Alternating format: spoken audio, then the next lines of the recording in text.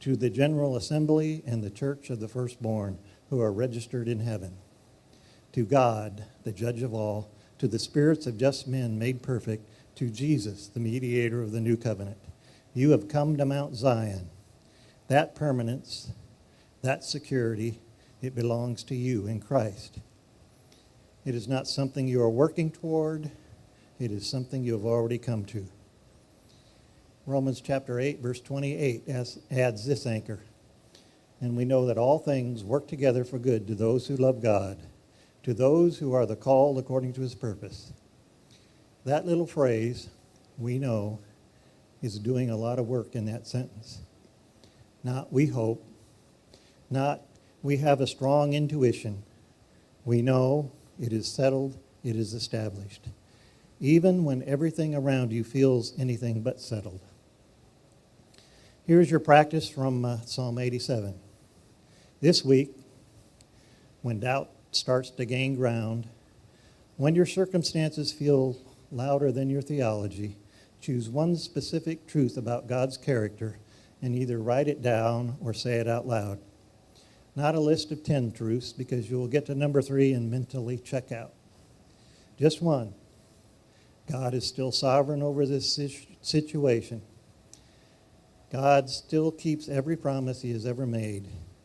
His foundation still stands. Give yourself something concrete and immovable to stand on. Here's your perspective shift from Psalm 87. Doubt shrinks when you zoom out.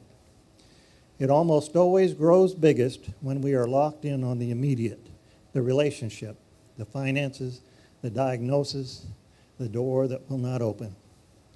Psalm 87 invites you to zoom out to what God has already claimed, already established, already secured in Christ.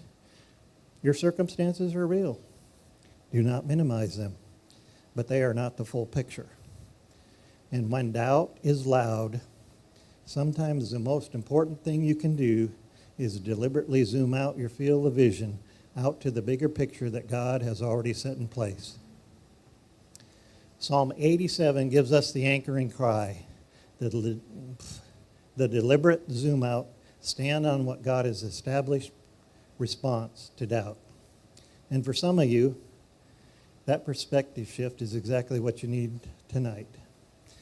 But I have to be honest with you, there's a third kind of person in this room or online. And this third kind of person cannot zoom out right now. Not because they do not want to, but because the darkness is simply too thick and the season has gone on too long